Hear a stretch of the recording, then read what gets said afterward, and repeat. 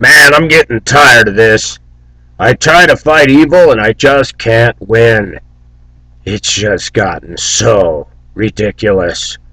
Arg! Yeah. Hi, everybody. It's me, Pacific. And my friend, one of the super friends. Found this on my bus the other day and nobody claimed it. So now I have an action figure. Is that fun? Gee. You know what?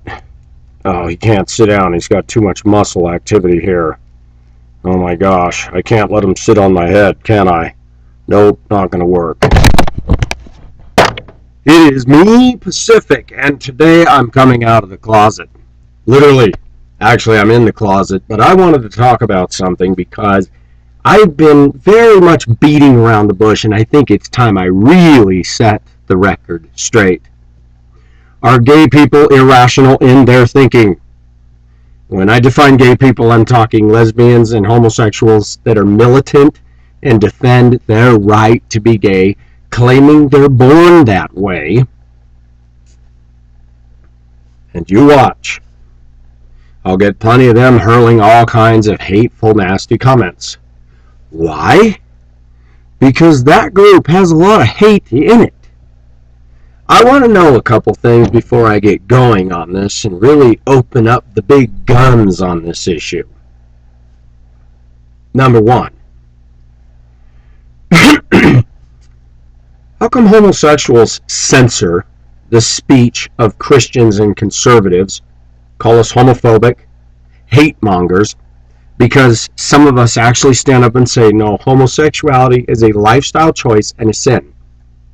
If the gay community in America doesn't believe me, they simply need to look at Canada, where they made hate crime laws on the books, where a preacher on Sunday morning in his congregation is not allowed to call homosexuality a sin. If somebody in that congregation gets offended and turns it in, he can get fined and or arrested. So much for freedom of speech, right? I did a little study online to find out what percentage of the population is actually gay. Some people say 2% in the U.S., and different studies done in Australia and other countries found that 2.7%, 1.7% of men claimed to have had a homosexual experience, blah, blah, blah. We all know that polls are not always very accurate. Pacific is going to talk about some things that are going to shock my viewers, and Pacific's going to weigh in on a few things. But let me start with me before the gay community says, oh, this guy's a homophobe. Pacific has done the following with men. But let me tell you how I got there. When I was a kid in school, I was in 5th grade. It was Mammoth Elementary School, and another kid who was very troubled, who had flunked, I guess, several times, who was laughed at, made fun of. I had moved to Mammoth. I was laughed at, made fun of. I wasn't on the football team. I wasn't in sports. I was a runt of a kid. I had no big family of brothers and sisters that got A's and B's and, you know, were outstanding in music and outstanding in sports and outstanding in academic achievement. I was a loser in the eyes of most of my classmates. I remember one time we were running around on the playground, and I liked girls. I had a very healthy interest in girls. But girls laughed at me. A lot of people wonder where I get my opinions and my views on thinking American women are no good. I've had a lifetime of experiences that have made me realize there is definitely something wrong in this world over here called America. Some girls were chasing us, and we had a cow pie fort built on the side of the barbed wire fence. The schoolyard was huge, had a playground up on the blacktop, had a football field down below, and then way over where the tumbleweeds and gravel was, past the swing sets, which we called no man's land, there was a fence and Bureau of Land Management land, and there were cow patties all over the place. Well, the boys got together and made a cow pie fort, stacking cow pies, and made a complete enclosure, complete with a sagebrush door that we could shut behind us and not be seen. I remember that boy crawled up on me, said, I'll hide you, the girls are coming. I'm a kid, I thought nothing of it. He climbed on me, he covered over me like military fashion. Didn't even enter my mind the guy had gay tendencies. And he started massaging my shoulders. Well, as a little kid, that felt good. I'm like, oh, thank you. Please do that. It wasn't until I got older that I heard gay. And I remember I struggled with that. I really struggled with that when I went in junior high. I reflected back on that. That same kid, when he got into junior high, one summer I went down to Mammoth Creek because I was confined to stay in my dad's boring office and then yelled at if I annoyed him and all this and that. I wasn't allowed to be a boy. So I finally said, hey, can I go to the creek? And I did. And a lot of kids hung out down there, and sometimes there was nobody.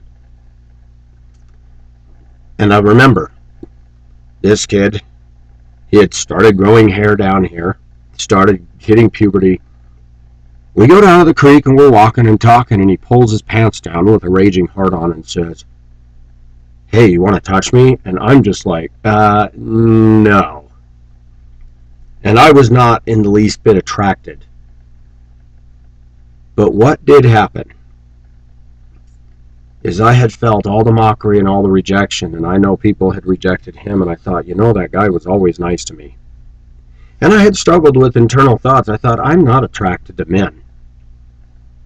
But then I had this fetish of thinking, gosh, it was nice when he massaged my back. When I got older and I moved to Duluth, Minnesota, I had told most of my viewers I went down to Leif Erikson Park on a foggy, foggy night. I couldn't get a girlfriend there either. I did later on, but the girls were stuck up. The university girls were liberated, didn't need us. And I had inadvertently walked down to a park I thought was beautiful. I did not know it was a gay hangout. It was an older man I used to talk to, and I thought nothing of it. One night we were sitting on a brick wall overlooking Lake Superior. It was murky night, foggy. We were talking, and I was down. And I remember he put his hand on my leg and started sliding right up towards my groin. And I admit, at first I was like, what is he doing? And yet at the same time, I liked it. I'm going somewhere with this. When I got married in '94, I never revisited that kind of stuff again. I made a couple trips down to the park, mutual masturbation with other guys feeling my chest with my shirt off, and me standing there stroking myself. And you know what? The reason I did that is because I have always had a high sex drive. Go to church on Sunday morning and was told, this is wrong, this is sin, you can't have premarital sex. Yet I had experienced something. And after years of going through my own personal drama and life story and talking to other men, I realized there's a lot of us that are not gay, but we needed release and stimulation. Now, there's a difference between homosexual sex and mutual masturbation and somebody touching and giving you affection. There's a big difference. There's a difference between me and guys that talk like this and really are into gay men, which I'm not. I see a man's cock and I go, ugh, yuck, hairy, gross, nasty. I don't find myself attracted to a guy's balls or his butt. I have seen some guys with very nice looking chest, and I admit there have been times where I felt like, dang, I'd like to touch that. I didn't find an attraction of love and this feeling of, ooh, I do feel that towards a woman. Why am I sharing all this? Because I'm going somewhere with this. I listen to gay people constantly leave comments on my sites, listen to them in the media, yelling and screaming because the Utah governor said that homosexuality is a choice, they're not born that way, and the gay community gets their collective panties in a wad. Why is the governor of Utah not allowed to make his own assessment? I don't believe they're born that way. I believe it's a choice. Why is it that the gay community wants it both ways? Meaning that they want freedom of speech, freedom of expression, no laws against their wanting the same-sex marriage, etc., but they want to shut us down that are conservatives, shut us down that are Christians, And yes, I don't care for Mormonism one bit, but silence the Mormons on the issue and the Catholics on the issue and other religions, and I go, isn't that funny? I'm tired of gays and lesbians saying they're open-minded. That's bull. They're not open-minded to my view. They're open-minded to all kinds of illicit sexual activity, yes, but not my Christian and biblical worldview. I'm so tired of the argument of the separation of church and state. What does that mean, gay community? That I don't have a right to exercise my convictions while working for the state? While being a political office in the state? No, you're wrong. And then I heard the most laughable argument today. And it went like this. Because of the separation of church and state, nobody has the right to impose their values on our sexuality. No laws should be made against that. You're right. Let's give you that argument, okay, gay community? Neither should there be laws against stealing. Neither should there be laws against arson, carjacking, raping your wife. Arson is setting buildings and property on fire. There shouldn't be laws against hate crimes. Excuse me. The fallacy of a tiny group demanding legitimacy while trying to censor those of us that disagree with it, the hypocrisy of that would be comical, except these people are for real. I'm going to say something very foundational. If there's no God, then anything goes. And if anything goes, if the majority of the people are heterosexual, then because of survival of the fittest and the laws of Darwinistic belief systems, don't we have the right to say, since you guys are doing something we don't agree with, we're going to get rid of all you guys? Shouldn't we have that right? Survival of the fittest, right? You're going back to Darwinian teaching, which I don't ascribe to at all, because I'm not going to get into this argument about science. I love the atheists, love to go round and round like a toilet bowl. They still have not one scientific proof to shred my view that God exists. Not one. They cannot prove God doesn't exist, and they counter back, you can't prove he does. But he's proven himself to me. And he will show himself to you when you die. And it's easy for you to quack your gums now. But when you die, get back to me, and we'll have a little chat. But I don't think you'll be able to do that, because you'll be in a lake of fire. Why is it considered a hate crime in Canada to call homosexuality a sin? But yet at a marriage rally years ago in Denver, Colorado, at the Capitol, downtown Denver, the gays are calling the people standing up on the podium talking about the sanctity of one man, one wife. Calling them pedophiles, cussing, yelling, screaming, using God and Jesus' name in vain. Why is it okay for them to say that stuff and that's not hate? You better believe that's hatred. I have sat in videoke bars and I've watched lesbian women who don't even know me glare at me. What is he doing in here? It doesn't say lesbians only. I don't know what day of the week it was, but there were certain days of the week that the lesbian crowd of domestic helpers came in, and they were not nice.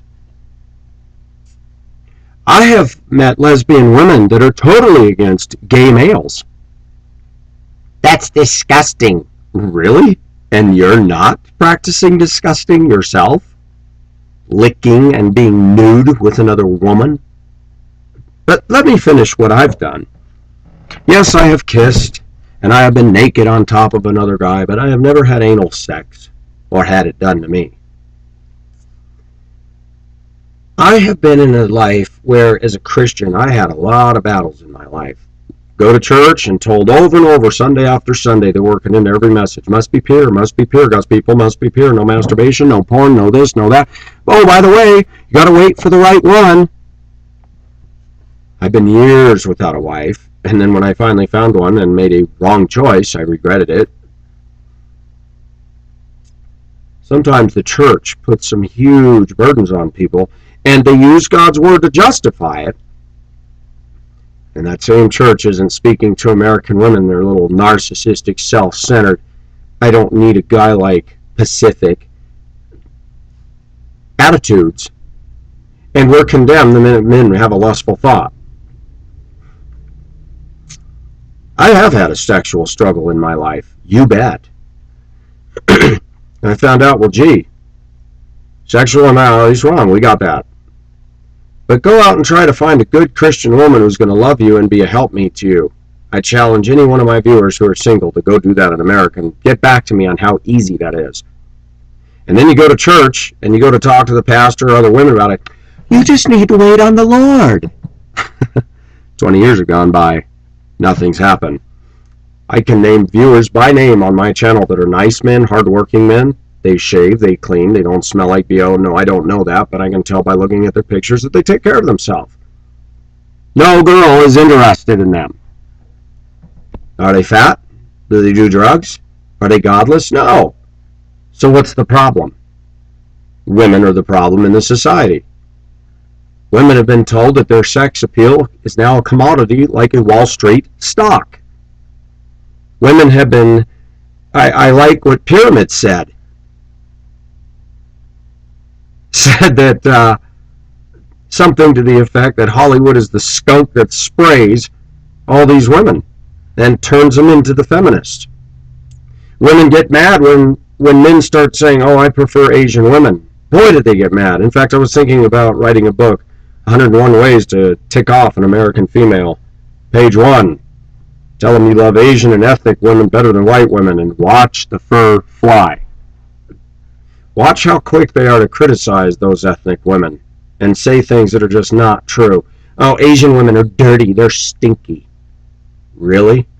When I was in the Philippines, I was shocked, as hot as it was, with all the women that were accompanying Beth and I, that on the hottest heatest part of the day, riding jeepneys, running around, they're sweating down their arms, and I don't smell one trace of body odor. Oh, and by the way, they don't have makeup and hairspray or breast implants or foundation. American women, white women, don't like to hear any of that. I was married to a wife of 14 years who couldn't understand why guys struggled with porn and lust. And I said, hon, I hate to say this, but there are natural, beautiful women out there. Oh no, they're all airbrushed. I started to believe that until I went to Asia. And when I had a few rounds with some girls that wanted to have a few rounds with me, no, not beer, but making love, it's like, oh my gosh, they're flawless. Brown skin, no hair under their arms, no body odor, no bad breath, no makeup. Beautiful. The lies that we perpetuate in our society to justify something, to vilify somebody, and men get beat up on this issue. White men get beat to snot on this issue in church every Sunday morning. God's not going to honor you if you're sexually impure. And yet I watch Christians, including Christian leadership, watch violent movies with sex scenes in them, and they think nothing about that. I watch preachers refuse to, no pun intended, address the lack of dress with women in their own congregation.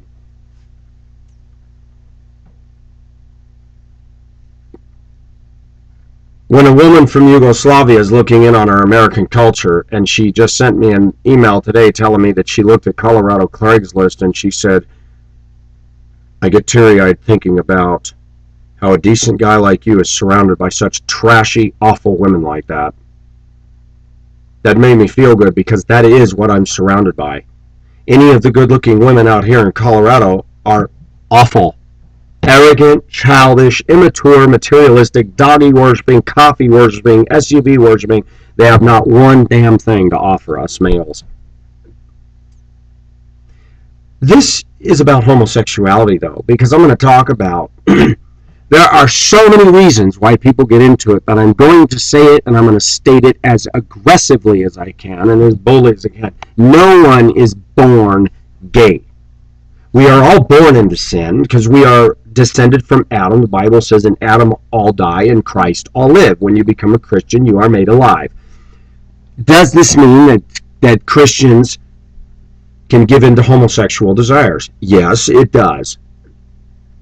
There was a pastor in Colorado Springs who was getting massages by another man, and he went down in flames.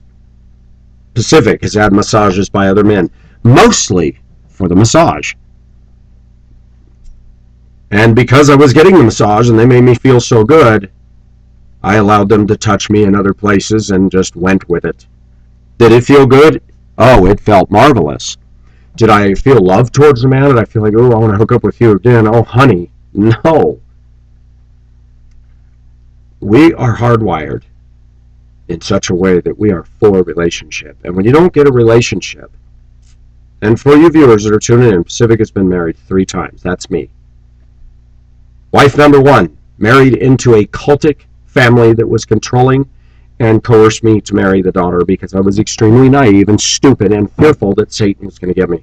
That lasted a year and a half. Wife number 2, I made the choice, but I was dumb again. I didn't take the time to get to know her. I knew her in 5 weeks. I asked her to be engaged to me the first week of dating her. We were married 5 weeks later. If I had dated her just 2 months, I would have seen enough to say, run! I didn't. So then I get married. Now this goes back to a biblical question. Because I'm going to bring up something that I saw happen today at church, and I don't know if I agree with this. The pastor today had a sermon on church discipline. Matthew 18 specifically. When your brother sins, you go up and tell him his fault alone. If he will not listen to you, take 2 or 3 others, so that every matter may be established in the testimony of 2 or 3 witnesses. If he will not listen to them, then take it before the church. If he will not listen to the church, then treat him as an outsider or tax gatherer. In other words, he's to go out until he repents. Today, after he laid all that groundwork, he said, now we have to deal with an issue. A husband and wife that had attended that church with their children, he was divorcing her. The church told him, you don't have biblical grounds to do so. The leadership told him that. He says, I'm aware of that. They said, will you go to counseling? He said, no. There are irreconcilable differences and nothing's going to change. Because of that, the church decided that he needed to be disciplined. I found myself sitting there going, boy, are we stretching this?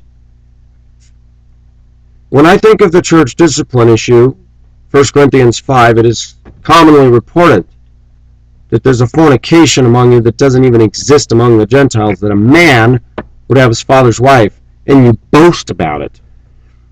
The implication there is that this dad's son was poking his wife, which would be a stepmom, and doing it again and again and again, and then telling other Christians, they're going, hey, that's cool, man. And Paul said, you need to put this man out of your midst. And the church did it. And the man repented and was restored to fellowship. I find it a stretch that when a man says, I can't be married to this woman anymore and I'm not going to counseling because I know it won't work, to be disciplined, excommunicated if he doesn't repent and stay.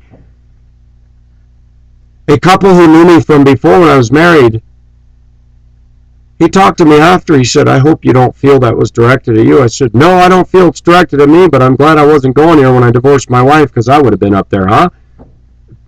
And I said, I would have stood up and said, I disagree with this. He says, your situation's different. I said, how so? I didn't have a biblical reason for leaving her. Then he added, he said, this gentleman that we're talking about, he's turned his back on God as well. And I thought, but that wasn't brought out. That wasn't brought out. The church's stance was he was divorcing his wife and didn't have biblical grounds to do so. My question is that a right use of church discipline? I'll let my viewers weigh in on what they think. I'm not saying I'm going to agree with you, but I want to hear what my viewers have to say that are Christians. Because inside something in me said, I don't know if I can get behind this one. But it's none of my business. That's the way the church does things, and I'm not going to go and confront the leadership because I'm not a member there. But internally, I thought I have a problem with that.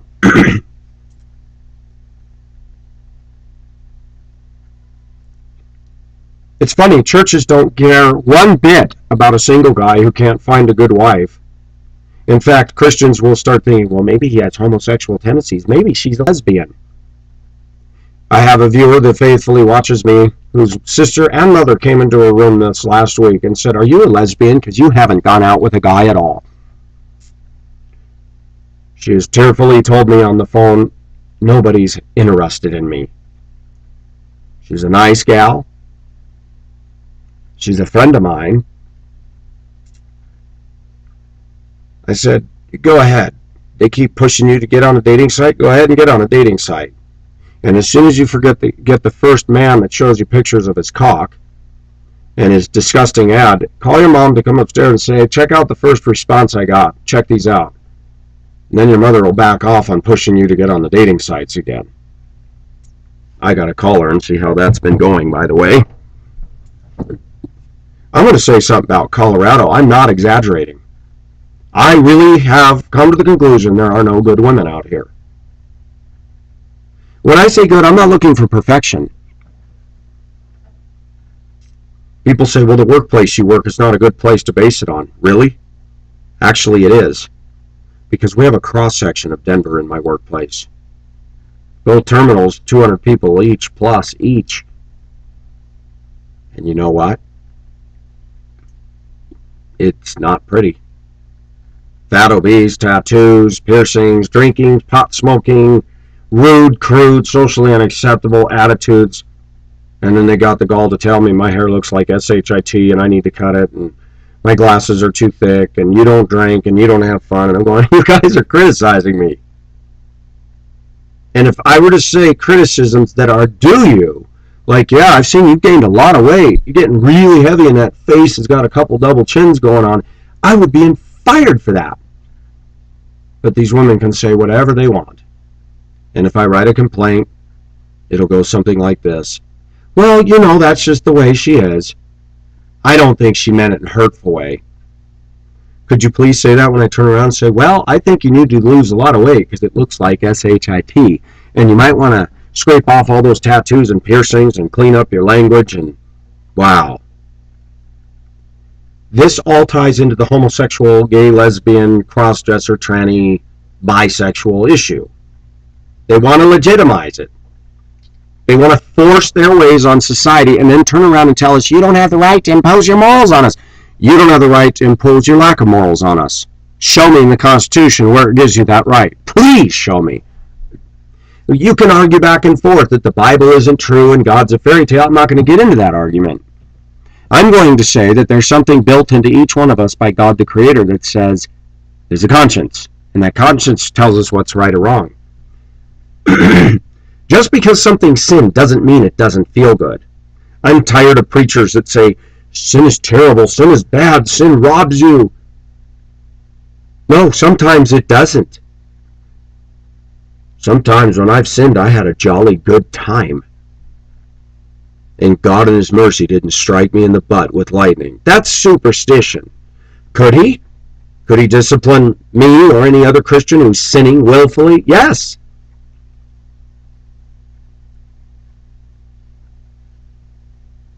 Why did Pacific do these things with other men? It was a learned behavior. It was introduced to me. Go home to a mother who was ragging on me all the time, putting me down, shoving me away. I didn't get good touch growing up. I didn't get hugged and kissed, and I never got a massage by Mom. I remember when I was a kid and go to Grandma's house, and Grandma had one of those massager vibrator things, and she would massage all of us cousins. All of us boys would line up, begging to be massaged. My aunt would massage us, and we all just like, I'm first, arguing with each other who's going to be the first to get a massage. We boys desperately needed touch, and it wasn't even sexual. It was like, just touch us, please.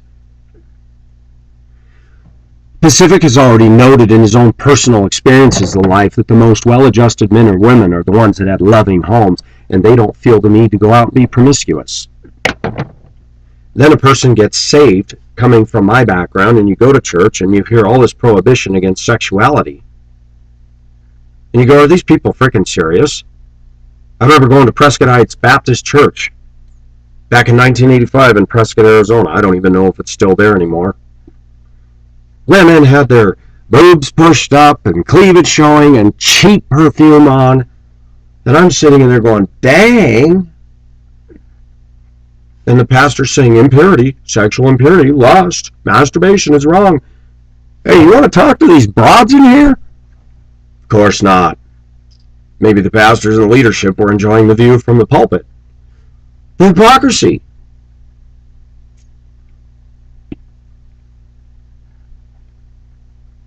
I really like Indokito because I can tell her my deepest, darkest stuff. And she's been able to do the same with me. And even as pure as she is, she has struggles in her mind too, folks. She's a virgin. She's never done it. But I'm not going to share with you. All I'm saying is that she's a sinner just like the rest of us. Here's the problem. It is a myth and an illusion that women are more pure than men. That is a bunch of bull. I remember the first time I went to visit a plain Jane, boring girl in Duluth, Minnesota. White as a ghost hair, pasty white skin. She was from the Iron Range, and she was weird. Some friends of mine from Highland Plasma invited me to go for a drive, and they said, there's this girl, maybe you get interested in her. She's kind of been through some troubled stuff. And the first time I saw her, I was like, whoa, there's a milk dud. But I was nice. I talked to her. She wouldn't look at me. She just hardly any words came out of her. And I noticed her pulse meter didn't exist.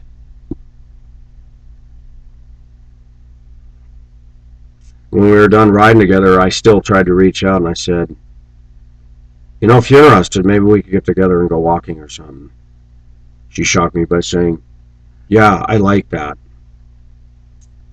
She invited me to come down to the YWCA where she was renting and living, and my eyes didn't fail to notice underneath her bunk bed, it was her own room. There's a box with a vibrator under it, you know, for a woman to play with herself. I never said a word, but I was like, whoa, what is that? I'd heard of stuff like that. And then I was shocked to find that when I got older and talked to women more frankly, that many women admitted to masturbating. Admitted to self-stimulation.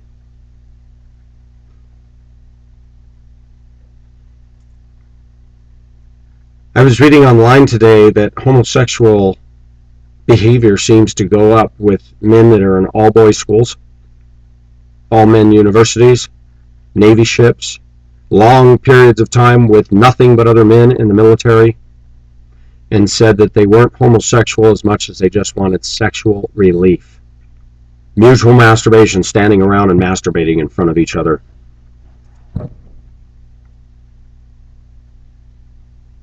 People don't want to admit this, but men need to be validated, and God gave us a sex drive, and the church is so busy, especially the evangelical church, minimizing the sex drive, penalizing the sex drive, telling us how awful and wrong it is, and then adding, well, God wanted sex to be pleasure between a man and a wife.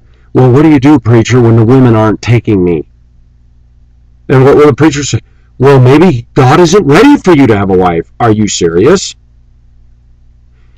I maintain when you look at teenage girls and how fast they're developing, and you sit there and go, okay, but they can't do anything till they're 18, but yet schools are giving out condoms.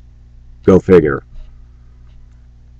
We all know that Mary was not a 20-something-year-old woman. Scholars believe she was anywhere from 13 to 14 to 15 years old. We have dumbed down our kids. But God gave them the equipment to reproduce at a very early age, and there was a reason for that. Our society put a stigma to the 18 years old. I have to laugh when people over 18 say, you can't watch this, this is for adults only. If the kids can't watch it, the adults shouldn't be. But let's go back to the irrationality thought processes of the homosexual, militant homosexual community. We're not allowed to make laws that say that homosexuality is wrong. Okay? Fair enough, homosexuals. There shouldn't be any laws on the books about extortion, bribery, pedophilia, arson, carjacking, rapes, muggings, Ponzi schemes, racketeering. Oh, wait a minute, it's not the same. Yes, it is. You can't pick and choose morality, cowboys. There's either morals or there isn't. There's either a God or there isn't. And if there is no God, then my view still trumps yours, because if we go with survival of the fittest and we argue according to your Darwinistic foundation, which is nothing but a house of cards that all I can do is go like this, and it goes poof. If you're going to be gay, we have no procreation. If we have no procreation and everybody turned gay, society would disappear. But I know there's a God because he holds every atom into place and he spoke into existence every atom, and he's the one that wrote on our conscience, thou shalt not. Has Pacific done things as a born-again Christian that are wrong, that a church could have expelled or excommunicated before? Yes, many, many, many times. Pacific doesn't fool himself. Pacific has admitted, God, I'm sorry I did this, but I am horny and I need a release. I love women. I love women. I want a relationship with a woman. I want a wife to say, oh, honey, I'm so glad to see you. It's been a rough day today. I've talked to a lot of people. Relationships are tough. Not being in a relationship is tough. Going to church in America is tough.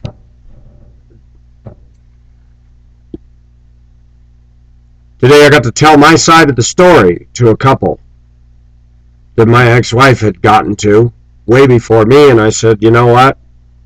Let me tell you what happened. More and more I see that God wanted me to go back and face these people, because now the truth is going back to these people. And I said, you know, you talk about judging this guy because he's leaving his wife, but I said there's couples in here that are judging me because my ex was here, said her line of baloney. Did any of this church come and ask me what happened? He says, no, I'm with you. He said, honestly, my wife and I, when we saw her come back with your son, we never made a judgment. We both looked at each other and said, it's two to tango, and we don't know what happened. And he shocked me. He says, I'm glad you're here. It gives me joy to see you here. I said, I haven't turned my back on God. No, I know that. I told the couple that my son has been successfully ruined by this girl, and that's all been dumped on me to blame. The homosexual community is very hypocritical. They want the right to legitimize their lifestyle, so much so that in Canada they even have the right, with these same people screaming for the separation of church and state, and we can't legislate morality. Hey, people, we legislate morality every day.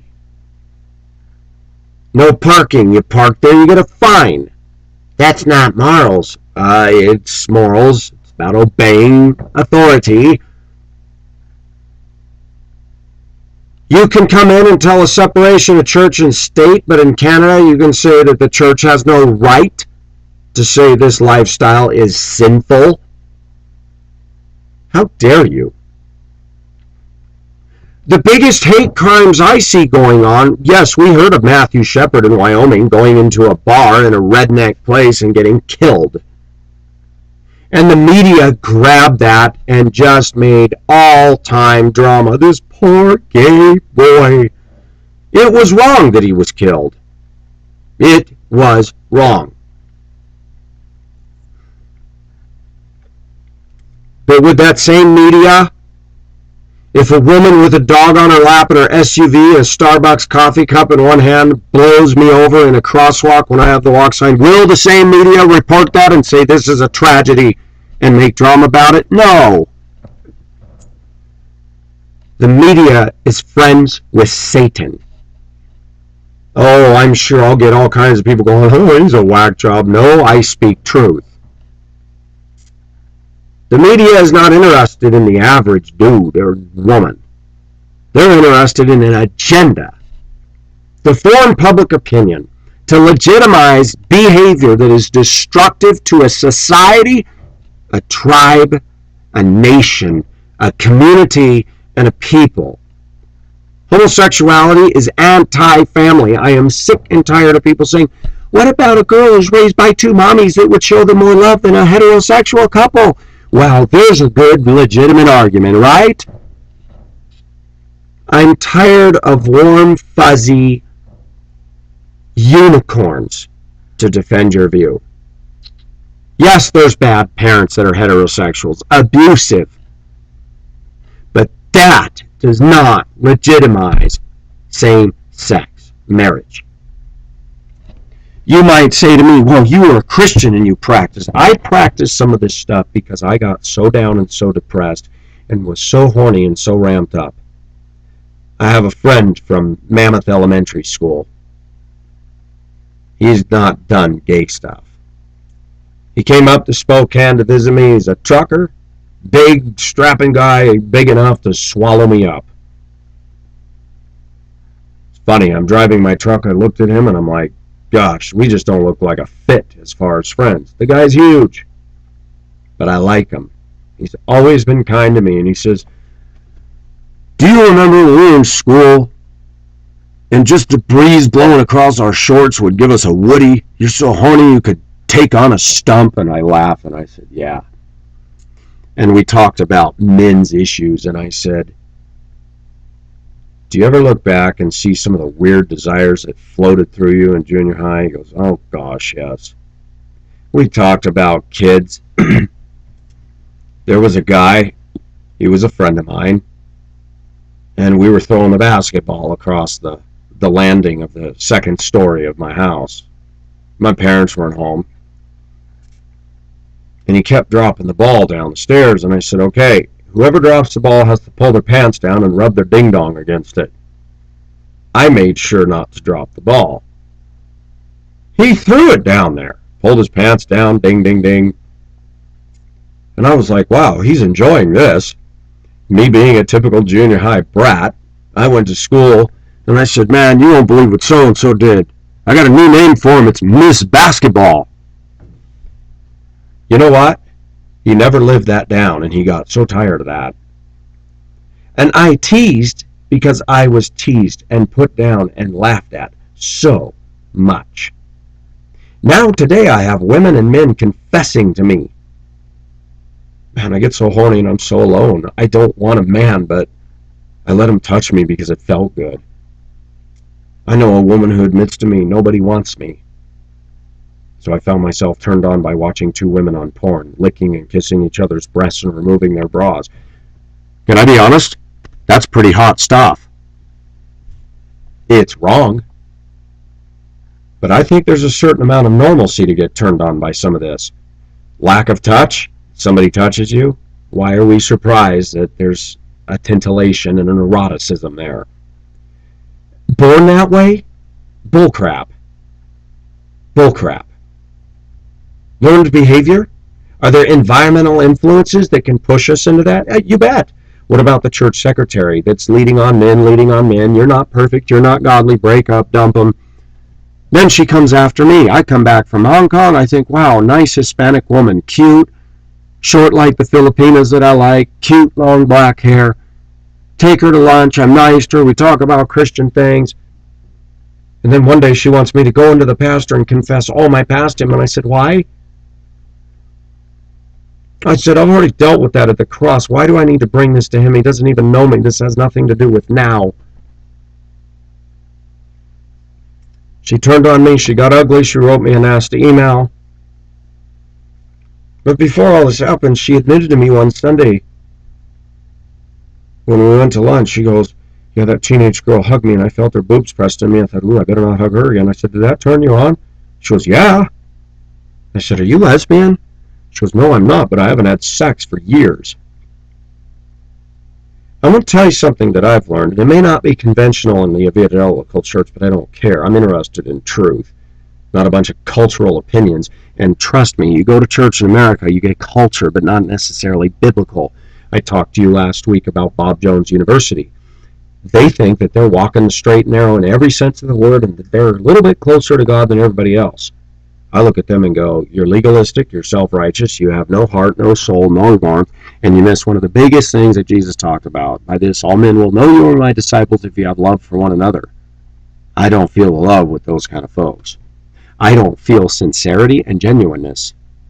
I see carbon copy cookie cutters that say, good morning, everybody, and God's word tells us that if we obey, dude, could you get a little more plastic? Sometimes there's more plastic in an American church than there is in a Chinese toy factory. Is that what Jesus called Christians to be? Plastique? When we talk about homosexuality and same-sex tendencies, anybody who's been alone for a long time, even a girl who would never think of being involved with a girl, if another girl hugs her and touches her here, she may at first go, ick, but she's been touched.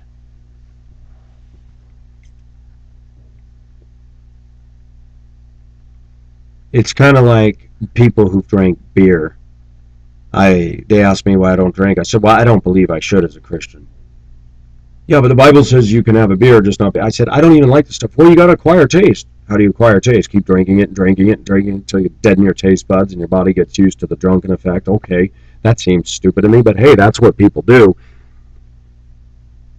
There's a whole lot of people introduced into homosexuality by male aggressive men. And the homosexual community does not talk about that. I just read one of the comments online that said that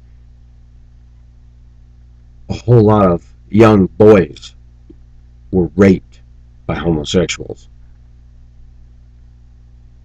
Everybody thinks homosexuality is this cute and feels sorry for them. Some of these men are aggressive, they have an agenda, and they're predatory in nature. I know lesbians that are predatory in nature. I've seen some right in my workplace, acting as if though they care and showing all this compassion, and deep underneath they want their hands on that girl's breast. Scary. Yes, Pacific has done things with men. And after I had a quick orgasm, I was like, what did I just do? That was gross. When we don't get affirmation, and the Christians will argue, well, you're supposed to have self-control. Jesus is supposed to be your everything. Christian women in America take ridiculosity to the highest level by saying, Jesus is my husband.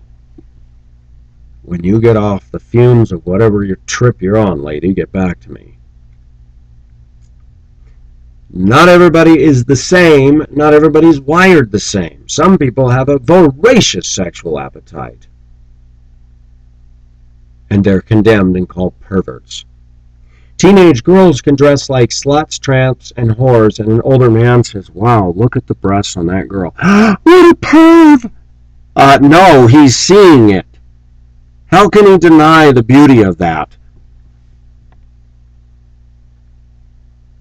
I'm tired of women calling men pervs for normal drives when they let their daughters go out dressed in provocative fashion and then turn around and criticize us for noticing. Do we think that because they're under 18 that something in us says, they're under 18, that means they're not beautiful, I'm not turned on by their hardware? I hate to tell you this, some teenagers are way more beautiful than 20, 30, 40-year-old males, especially women my age that have let everything go into the basement and got chicken wings under their arms, and you go, yuck. Why wouldn't I be turned on by some of these scantily clad teenagers? No, I'm not going after them, but humanly you just go, dang. I was with people the other day picking up a graduation group, and one of the seniors in her attire came out with a low-cut skirt with her gown on, with her legs showing, cleavage showing, and several of us men looked at each other and says, oh my gosh. And the one guy says, yeah, but that's illegal. I said, it's illegal. But I said, you all noticed it, did you not? And they said, yes, we did.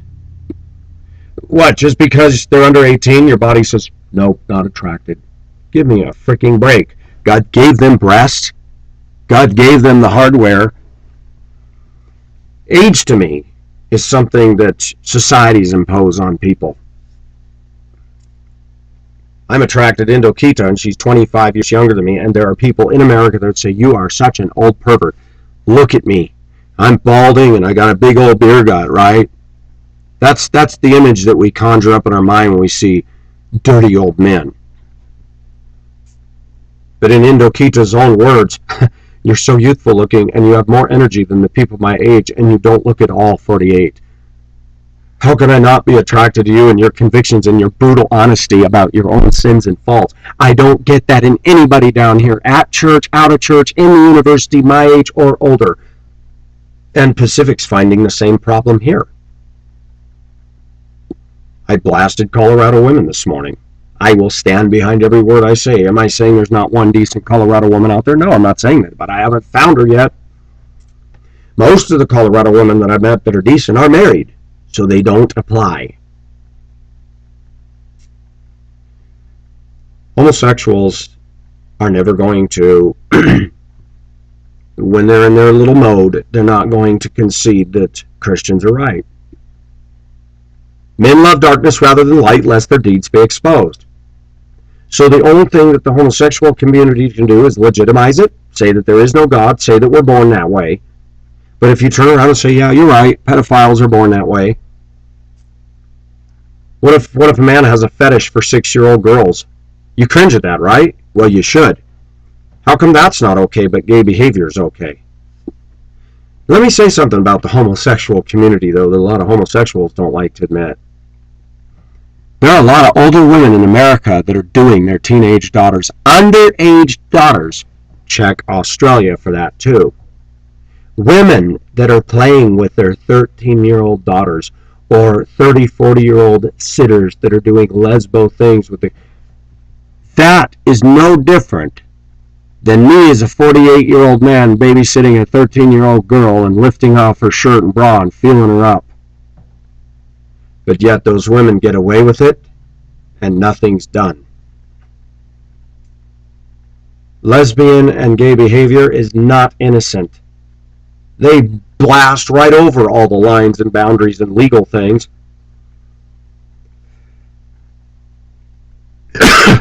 Excuse me. We legislate morality all the time, and to say you can't legislate morality, you'd better be more specific and say, if that is true, then we void out all laws, meaning that if somebody wants to rob your house, don't tell me that we need to legislate your protection about your silly materialistic stuff. Don't tell me that we can't legislate morality when there are laws to protect you from somebody coming in and shooting you or knifing you. Murder is wrong. That's morality, right?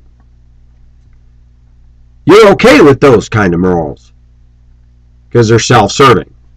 Well, nobody has the right to come in and shoot me, and you don't have the right to tell us that homosexual marriage is right. It ain't right. You may do whatever you want, because in America anything goes, but you will stand before God, and you will give an account to that. The difference between Pacific and a lot of Christians is I understand why people get involved in illicit behaviors, because I have. Do I encourage people to go into that? No. Am I human? You bet.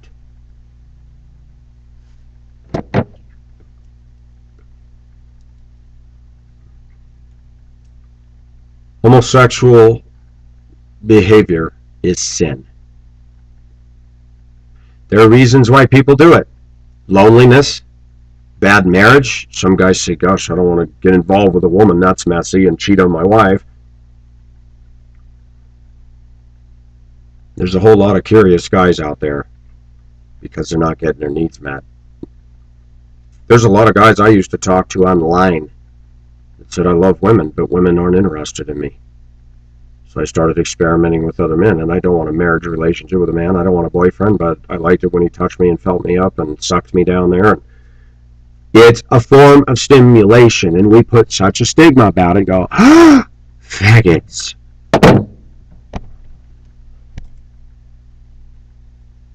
Has anybody seen a horny dog? Have you ever pet your dog and pet it so much that they start getting stimulated, and then pretty soon they're wrapped around your leg going like this? And you're like, get off of me. Well, it's the same thing with us, folks. No, we're not animals. But when a person isn't getting attention and somebody gives it to them, even if it's tainted and it's wrong, there are a few people who go, get off of me, you're gross. And then there are others who go, oh, this is so wrong, but that feels good. Why is it the church ignores the fact we need touch? We got to wait on God and use self-control. That's a fruit of the Spirit. That's a sign of spiritual maturity. And you go to church and you're ignored and you're shunned and people are cliquey. No wonder everybody's gone underground into their private, defective world. You don't go to church on Sunday and confess your sins. Why would you do that? Just so they can heap more rejection on you? The church in America is not getting a grip, and they're not getting real. They like to talk about sins and point out sins that they think they're not guilty of while brushing under the rug a plethora of evils.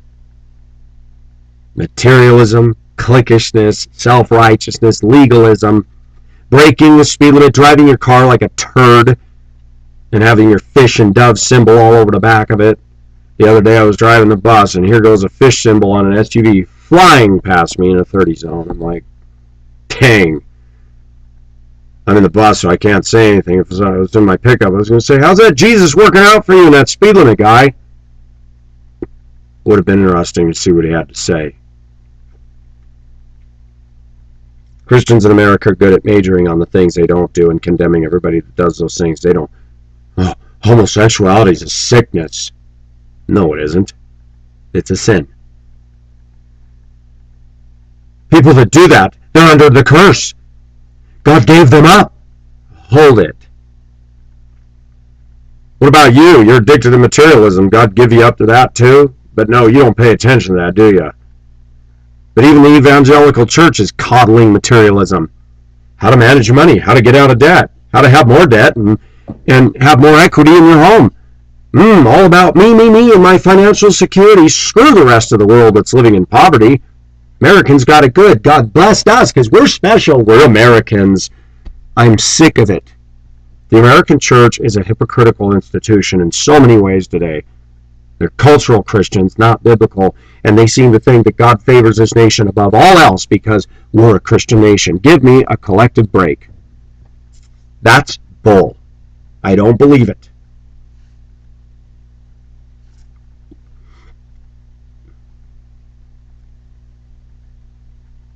There are other nations that are not Christian at all that seem to do just fine. Switzerland, Hong Kong. So that is a lame duck argument. We have a constitution. Good document. Our founding fathers said good things in. They fled religious persecution, and the founding fathers invoked upon God in prayer. We're a God-drenched culture. And we got a bunch of renegade atheists trying to deny any spiritual heritage, any spiritual connection, scream and yell about In God We Trust on money, Madeline Murray O'Hare.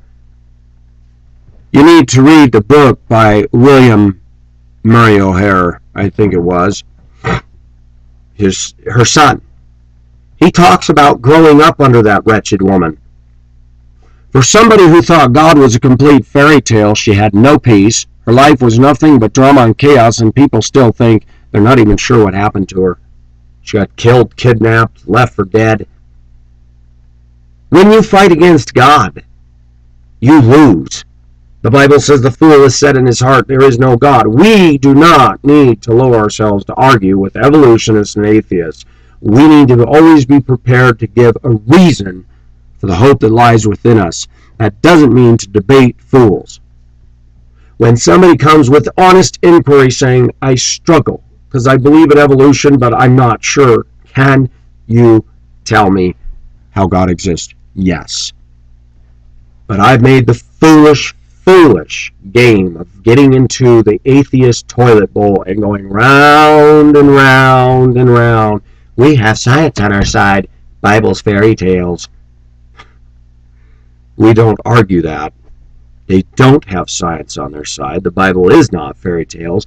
And the Bible says, and this is the big header, the big giant beam that you put in place when you open up a wall to put in a sliding glass door, you put a header above there because it has to support the ceiling. The header that stands over every atheist for us as Christians. The natural man comprehendeth not the things of God. They are spiritually discerned, and they are foolishness to him. To argue with a foolish blind man and tell him you can't see when they're saying they see, you're wasting your time. The Holy Spirit of God has to open their eyes, and until the Holy Spirit opens their eyes, you're better standing and windmilling for hours into the air, trying to get Barack Obama's attention on how stupid Obamacare was. A waste of time. The gay agenda is rooted in an underlying belief that there is no God, therefore there's no absolutes, therefore anything goes. Except, if I'm a gay person, don't do anything that affects the quality of my life. Don't murder me, don't steal my car. Don't cheat on my boyfriend. Wait a minute. You can't legislate morality, dude. Hypocrites. I have something to say. Sin is pleasurable for a season. I'm glad I experienced this stuff, though it was wrong. I wish I could go back and have been this purist, but I'm afraid to say something. I've made an observation. Men and women that grew up in the Christian church and never experienced sin, praise God for that. They tend to be most unloving, most self-righteous, watch the same Hollywood that the world does, engage in the same materialistic quest that the world does, get deeply in debt as the world does. And when I go to church on Sunday morning and I'm around those that are born and raised in Christian homes, I see no fire for Jesus, no passion for Jesus, no evangelism towards outsiders whatsoever. No, thank you. The older I get, I'd rather have somebody who's been through stuff, who can show me more understanding. I find that people are more attracted to me now because I can say, I understand why you're doing this, though I believe it's wrong. I've met a few people in life that knew that what they were doing was wrong in the lesbian scene. I didn't preach and yell. One gal in Duluth gave me a ride home and said, I know it's wrong, but how do I get out of this? If I get out of this, she gets so angry. She's always been so nice to me and I don't want to hurt her. How do you answer that? The Christians say, you need to break it off, need to break it off. Some of those ties are hard to break. Of course she needs to break it off, but how do you go about telling her that? Most of the evangelical church is not interested in reaching those people. They're interested in reaching boring Lakewood people that have nice homes, nice cars, and go to church on Sunday morning and look like upstanding good citizens that have rotted inside. They have no power, they have no passion, they have no love, no warmth, and they all pat themselves on the back and go, we were good today, we went to church, and we're godly, because we don't do all that other stuff that everybody else does. I'm sick of it.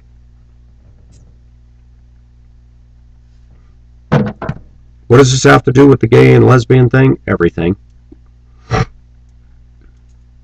I'm a Christian man. I've done more sinning as a Christian than I have as a non-Christian. Shocker, right?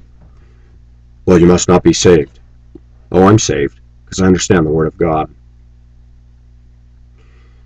For those that believe this crapola that if you're saved and you're sinning, you must not really have been born again, they need to read the entire book of 1 Corinthians and see what the people that Paul called brethren, saints, the redeemed, God's children. Read 1 Corinthians. They were atrocious. Pacific isn't even engaged in the stuff they were. I don't get drunk at the Lord's Supper. I wasn't bragging about sleeping with somebody's stepmother or my stepmother. I didn't do a stepmother. In fact, I didn't run around boasting at all about my sins. I felt shame because I am a child of God. It's like, yeah, I shouldn't have done that. Lawsuits among believers.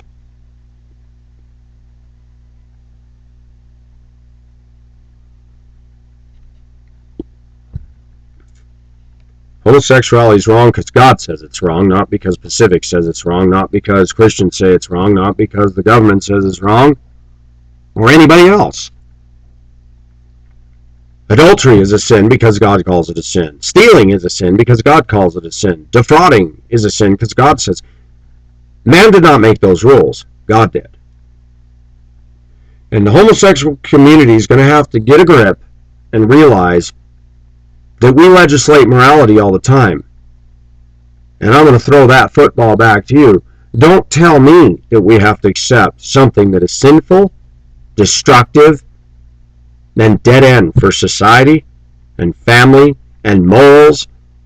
We've already got enough sexual perversion, and we've already got enough kids addicted to porn and masturbation and sex, and we don't need to keep fueling those fires. We need change. Thank God Jesus Christ died for us.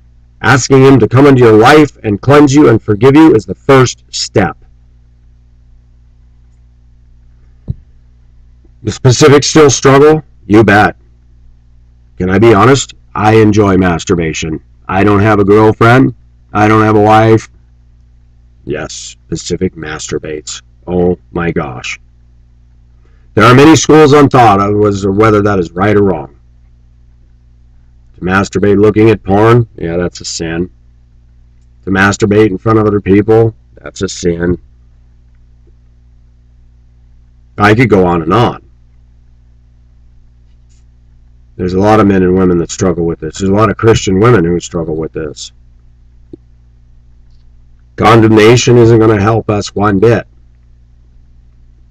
God gave us a sex drive. And what I've been saying in my videos is that everybody has gotten off their rockers. American women have gotten off their rockers. There's a lot of American women, if they would behave themselves and submit to God, I probably would have had a really good wife. But they're riding the fumes of their own self-importance and legends in their own mind and walked right out of the will of God. Everybody likes to say in America, if you trust God, He'll give you the desires of your heart. Sometimes so many people make such bad choices that we will all suffer. There's consequences for everything. Maybe one of those women who's the biggest jerk out there could have been a lovely wife to me if she had followed God. We don't know.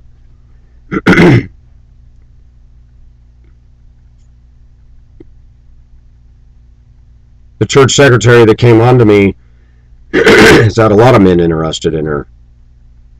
And I know there's a lot of male jerks, but I know I'm not one of them. I never did a thing to her, and she was rude. Had no more contact with me. She was so rude that I said, man, I'm not even going to this church anymore, and I quit. She's the secretary. I should have sat down and told the pastor, this is ridiculous. I don't want to cause conflict. When I'm in a bad situation and there's nothing I can do about it, I just say, God, if you don't want me here, make it clear. I'll bet you $1 million she still doesn't have a boyfriend. She admitted to me that even seeing an ad with a woman in a swimsuit or whatever turns her on. Okay, you're in your search for the perfect man, but now you're struggling with lesbian thoughts. And American women, if you listen to them, say, well, there aren't any good men. It's funny you say that, because when an American man like me with thick glasses says, there's not many good American women, you guys have a hernia over that. And yet you condemn all of us guys. More hypocrisy. I've admitted to some pretty bold things here because I don't care. I run the risk of who knows what people could do with what I say. But I've learned something. None of us are this guy. None of us are Superman. We're all fallen. We're all frail, and every one of my viewers has skeletons in their closet. Some of my viewers right now that are Christian have done some of the things I've done. With men, with women, and who knows what else. Don't share with me. If you do, go to my inbox. Don't leave it in the comments. You don't want everybody else to read this stuff.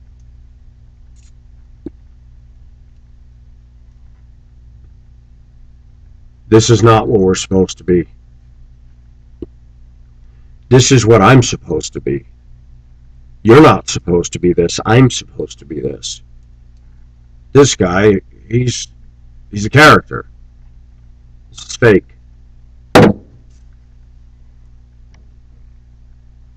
We need to be real. We need to be who we are and let God use us as we are. Homosexuality is defined as, by God's word, as being sinful. It's in the list of sins, along with adultery, drunkenness, sexual immorality, idolatry, greed, distortion, all kinds of things. Why the homosexuals get their collective panties and underwear in a wad when somebody calls it a sin, they need to go back and say that we have a manifesto written by God, and I call it a manifesto to make a point. It's the Bible. We have our marching orders from God, and because we have faith in God, we don't believe it's right. So you're going to censor us and tell us we can't legislate morality, but you're legislating it. You're legislating that it's okay for same-sex to get married. I don't mean to be rude, but can you tell me how two penises are a perfect fit? Or two vaginas are a perfect fit? And yet, if you take a male and a female, this works. I have to be that way. The logical design of a woman, the reproductive ability of a woman, and the way a man has a penis that injects semen into her to get her pregnant, no-brainer. But we got a whole bunch of gay people in the world wanting to redefine marriage and redefine love and redefine everything. And I'm sorry, it's not love. I don't know what you all went through in life. I went through my own stuff. I experimented with things to find out what was what. Did I feel guilt? Of course I did. I'm a child of God. I ought not be doing those things. But we Christians don't stop and get to the bottom of why people do stuff. Remember when Gypsy saw my Wine, Women, and Song video and just totally reacted to that and called me all kinds of names and put me down, and I would have been fine saying I could never get involved with you. Fine. C'est la vie. But then to put me down in the process? No thanks. Everybody has their preferences. But because I have sinned, I have more understanding and compassion on people who struggle. Whereas before, when I was in a rigid, uptight marriage for 14 years and trying to be so godly, I was pretty condemning.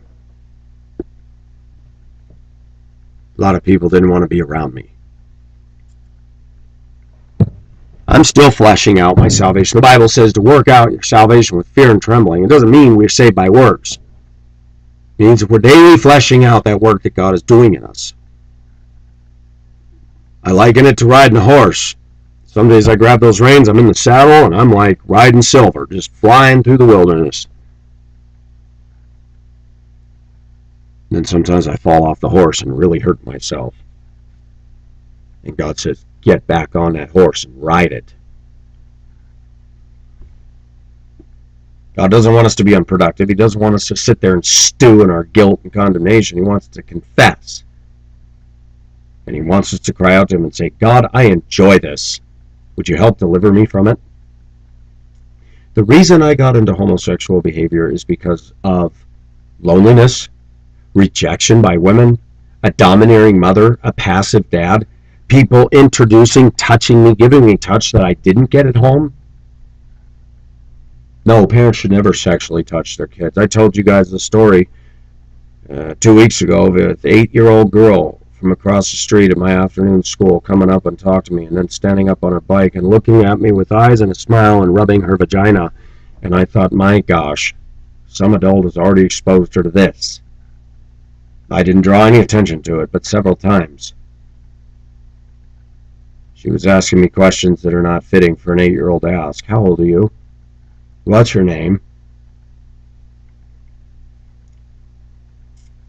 And looking at me with, to be perfectly honest, lustful eyes. Kids are exposed to stuff, can push them in a direction. I know kids when I went to Mammoth Elementary School that acted very femmy, and we all knew they were gay. They're flaming gay to this day. Both the boys I knew grew up with mummies. No father in the picture. For the homosexual community to say people are born that way is just not going to cut it. There's environmental factors that they ignore that push people in that way. I don't mean to be rude, but a lot of women who have raised boys fail when it comes to raising boys and turning them into men. That's why a dad is needed.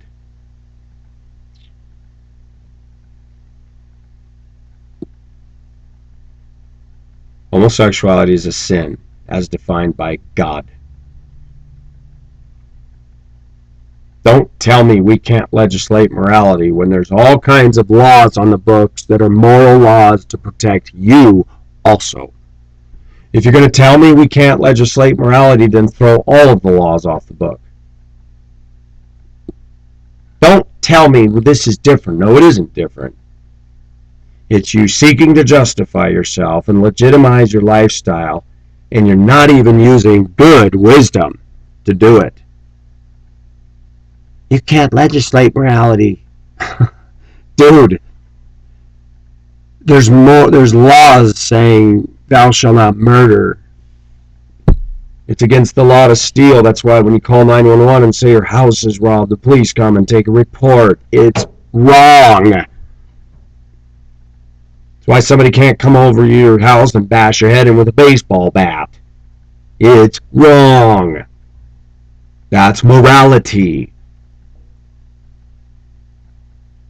I'm sorry, but I'm looking at the militant homosexual community and I'm amazed. The God they deny, the Bible they deny, I look at the so-called wisdom that comes out of them and I go, they're foolish. Their wisdom is so full of holes and fallacious that even a 2-year-old could see through it. Do I believe in hate crimes against homosexual people? No. But I don't believe in harassment from the homosexual community to those of us that are Christian and conservatives and being called names and called homophobic. Where's the laws to protect us from that? I'm getting tired of agendas being pushed that are stripping me of my rights to freedom of speech, my rights to personal conviction based on the God of the universe. Excuse me, but the homosexual community is getting a little big for its britches, and they're going to be in for a rude awakening one day and find out that, no, it's not okay. God is not going to smile and say, wow. He's going to say, depart from me. I never knew you, you worker of iniquity. Let me spell that out. You worker of sin. It's okay to admit you struggle. It's okay for you to say, but I really desire a man. Okay, we can deal with that.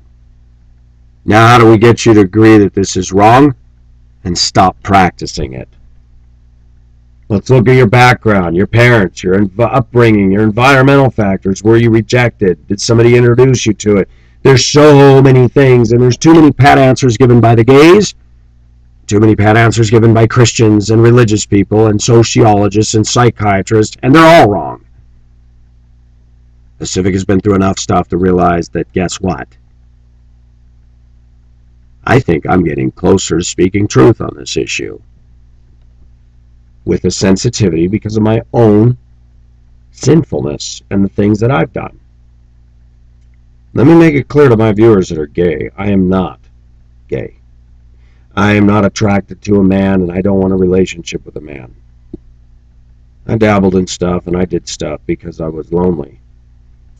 But after I did it, I'm like, that was gross. No, I love a woman. God did a good job on a woman. Well, you weren't born that way, that's why. Bullpucky.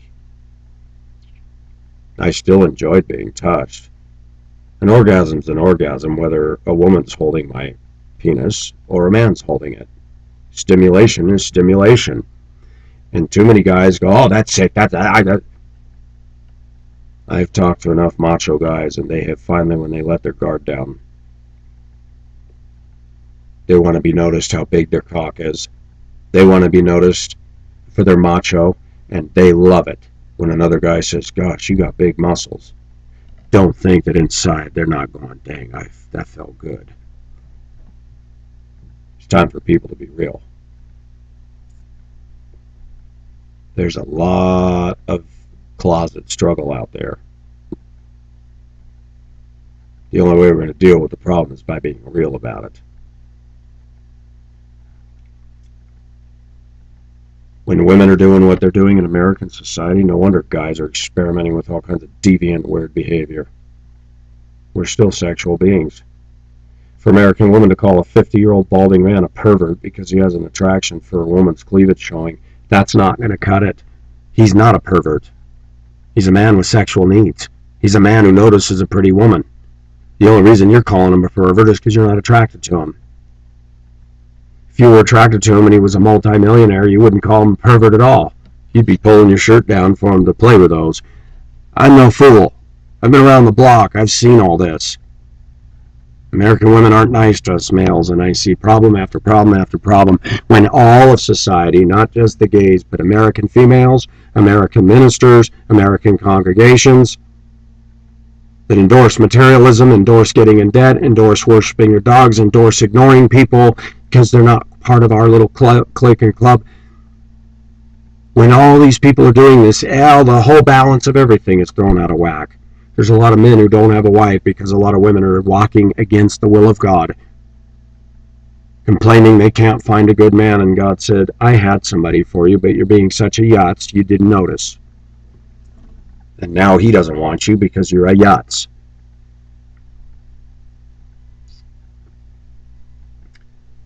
The gays are using hypocritical arguments to defend and excuse and justify their sin.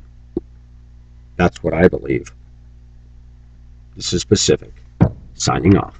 Bye-bye.